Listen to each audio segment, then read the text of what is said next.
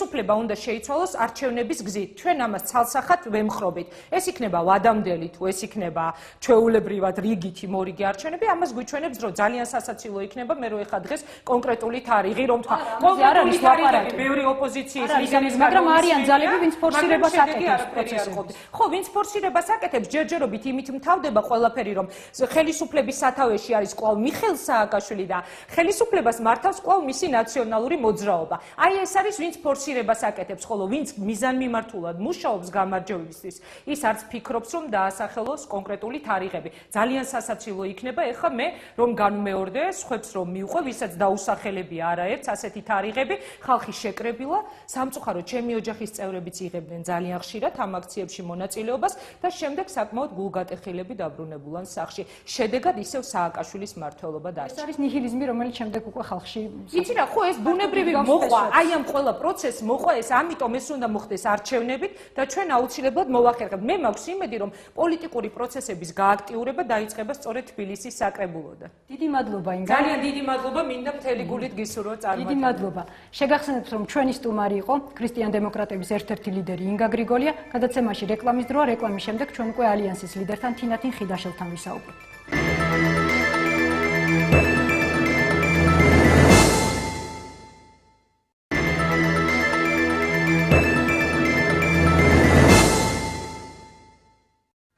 თქვენ უყურებთ პირდაპირ საუბარს და ჩვენი სტუმარია ალიანსის ერთ-ერთი ლიდერი ქალბატონი თინათინ ხიდაშელი. ქალბატონი თინა, მოგესალმებით ჩვენ სტუდიაში და პირველ რიგში ალბათ ბუნებრივი იქნება, რომ მოვისმინოთ თქვენი კომენტარი სოზარ სუბარის მიერ ალიანსის დატოვებასთან დაკავშირებით.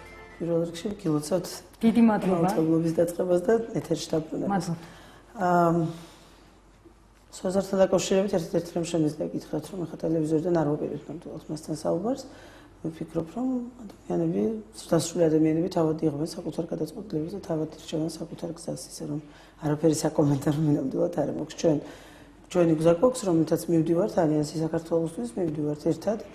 ამ ბრძოლაში მე ვარ ღრმად დარწმუნებული, რომ ამ არჩევნების შედეგი, როგორც არ უნდა იყოს, იგი ზოგისთვის ოპტიმიზმის დაფერწყალი შეიძლება ამან დატოვა, ზოგისთვის დიდი პესიმიზმი დატოვა, მაგრამ როგორიც არის ისეთი არის, დარწმუნებული ვარ, რომ ეს შედეგი ჩვენ მოგცემს შესაძლებლობას უფრო ფართო ნაბიჯებით ვიაროთ წინ გამარჯვებისკენ, ხოლო თავად წყვეტს, რომელი გზა ირჩევს და რა გზით იაროს. ბატონო სოზარმა განაცხადა, რომ ალიანსი ამ არჩევნებში დამარცხდა. თქვენი პოზიცია როგორია, დამარცხდით თუ არა? როდესაც მეორე ადგილზე გადიხარ, რა თქმა უნდა, ეს არ არის გამარჯვება, თუმცა ეს ალიანსის პირველი არჩევნებია. და მე მხოლოდ ერთ რამეს გავიხსენებ, რომ ჩვენ ამ არჩევნებზე, ადგილობრივი თვითმმართველობის არჩევნებზე, ამ ბლოკმა, რომელიც პირველად გავიდა არჩევნებზე და რომელიც ჩვენ გამოვაცხადეთ, რომ ეს არ არის მხოლოდ არჩევნებისთვის შექმნილი ბლოკი, ამიტომ არ ქვია მას ბლოკი და ქვია ალიანსი პოლიტიკური გაერთიანებების, მიიღო დაახლოებით 90,000 ხმა თბილისში და ეს არის გაცილებით უფრო მეტი, ვიდრე 2002 წელს მიიღო ნაციონალურმა მოძრაობამ. მაშინ მათ 70,000 ხმა მიიღეს. და ჩვენ კარგად გვახსოვს, როგორ დამთავრდა შემდეგ ის ზოგის მიერ მარცხად და ზოგის მიერ გამარჯვებულად მონაწილე პოლიტიკური სტარტი. ამიტომ მე ვიტყოდი, რომ ყველაფერი წინ არის, კი ბატონო, ფორმალურად თუ ვილაპარაკებთ შედეგების მიხედვით, ვინც პირველ ადგილზე გადის, ის იმარჯვებს და ნარჩენი მარცხდება, მაგრამ მე ვფიქრობ და ეს არ არის ის, რითაც ჩვენ მივდივართ არჩევნებზე, ჩვენ გაცილებით უფრო მეტი წარმატება გქონდა დაგეგმილი. მაგრამ ჩვენ რეალისტები ვართ, გვინდა რომ ყარად ვიტყვით მიწაზე, ცხოვრებას უყუროთ რეალურად და არა რაღაცა ჩვენი ემოციებით მხოლოდ. ამიტომ ამ სასტარტო პოზიციებიდან დავიწყებთ ბრძოლას და მე ვფიქრობ, რომ ეს ბრძოლა ძალიან წარმატებული იქნება. ხომ არ არის ქალბატონი თინა იმის საშიშროება, რომ ალიანსში კიდევ მოხდეს რაღაც ცვლილებები და კიდევ წავიდნენ ადამიანები? არა, ესეც საშიშროება. ანუ საუბრობ საერთოდ დაშლაზე თქვენი ალიანსის. არა, ესეც საშიშროება არ არის ალიანსში. ყოფილი პოლიტიკური ძალების არანაირი დაშლა არ არის დღეს ეს რიგში არ იგეგმება და ეს პრაქტიკულად გამორიცხული არის. სოზარმა თავად როგორც ვიცი გააკეთა განცხადება, რომ მას ეს გადაწყვეტილება დიდი ხანია მიღებული ქონდა, ჩვენ ვიცოდით ამის შესახებ, უბრალოდ მან თავად შემოგთავაზა, რომ არჩევნებამდე ამას არ გაახმოვანებდა. თუმცა როდესაც საუბარი არის პოლიტიკური ძალების, ანუ პოლიტიკური პარტიების ალიანსზე, ეს პრინციპულად სხვა ტიპის მოქმედება, ვიდრე ერთი ადამიანის მიერ მიღებული გადაწყვეტილებები. პოლიტიკური ძალები ესე არ იღებენ გადაწყვეტილებას, ისინი იღებენ შიდა კონსულტაციების, ძალიან ბევრი ადამიანის მოსაზრების გათვალისწინების და კონსენსუსამდე მისვლის გზით. და როდესაც ამდენი ადამიანის წინაშე პასუხისმგებელი ხარ, მაშინ გაცილებით უფრო მარტივია ყველაფერი, გაცილებით უფრო მარტივი არის საერთო აზრის, საერთო თანხმადრის წერტილების პოვნა და უფრო ადვილი არის ბრძოლაში ერთობლივი ჩამმა, მაგრამ თუ მარტო ხარ გასაგებია შენ შეგიძლია შენ მხოლოდ საკუთარ თავზე აგებ პასუხს და შემდეგ უკვე მარტივად იღებს ეს. ქალბატონთინა და მაინც მინდა მოვისმინოთ თქვენი აზრი არჩევნების საბოლოო შედეგებთან დაკავშირებით. რამდენად სანდოა ეს თქვენთვის? შედეგებთან დაკავშირებით ჩვენ დღეს გვქონდა ერთგვარი შემაჯამებელი ღონისძიება, სადაც ჩვენს აქტივისტებთან, ჩვენს დამკვირვებლებთან, კომისიის წევრებთან ერთად შევიკრიბეთ. ჩვენ ყველა მათგანს მადლობა გამოუცხადეთ, თქვენი ერთ-ერთად მინდა ვისარგებლო და მადლობა ვუთხრა ყველა იმ ადამიანს, ვინც 30 მაისს ჩვენთან ერთად ხმების დასაცავად იბრძოდა, ასევე ყველა იმ ამომრჩეველს, მისცა ხმა ალიანს საქართველოსთვის, ირაკლი ალასანიას, ჩვენს მაჟორიტარებს. ყველა ძალიან დიდი მადლობა უნდა უთხრა მიუხედავად იმისა, ვისმის ხმა, ვინც გულწრფელად და თავისუფალინების პირობებში გააკეთა არჩევანი.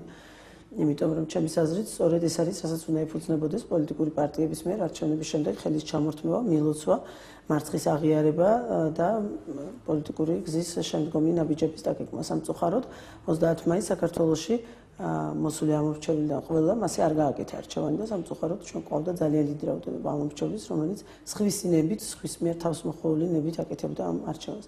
და ეს არის ძალიან ცუდი, ეს არის ის, რის გამოც ჩდება იმ ტიპის კითხვები, რომელი კითხვის თქვენ ახლა მე დამისვით, მენდობით თუ არა ამ შედეგებს და როგორი არის ჩვენი დამოკიდებულება. ჩვენ ვაღიარებთ დღეს ეს განაცხადა ირაკლი ალასანიამ იმ თანმიმდევრობას პირობითად ასე რომ ვთქვათ, როგორც გამოცხადებული არის. თუმცა რა თქმა უნდა არ ვეთანხმებით იმ პროცენტულ თანაფარდობას 68 თუ როგორ არის ბოლო 55-18. ეს არის შეუძლებელი. უბრალოდ მე მინდა რომ ყველა იმ ადამიანის გასაგონად ვინც ახლა ძალიან დაძაბულია, ძალიან გაბრაზებულია, უთხრა, რომ მუდმივად მიმდინარეობს აი ამ რიცხვის სპეკულირება 55 და ძალიან ბევრი თბილისელი ამბობს, რომ სად არის ეს 55% თბილისელების, რატომ მე არ ვიცნობ, რომელ ქალაქში ცხოვრობენ.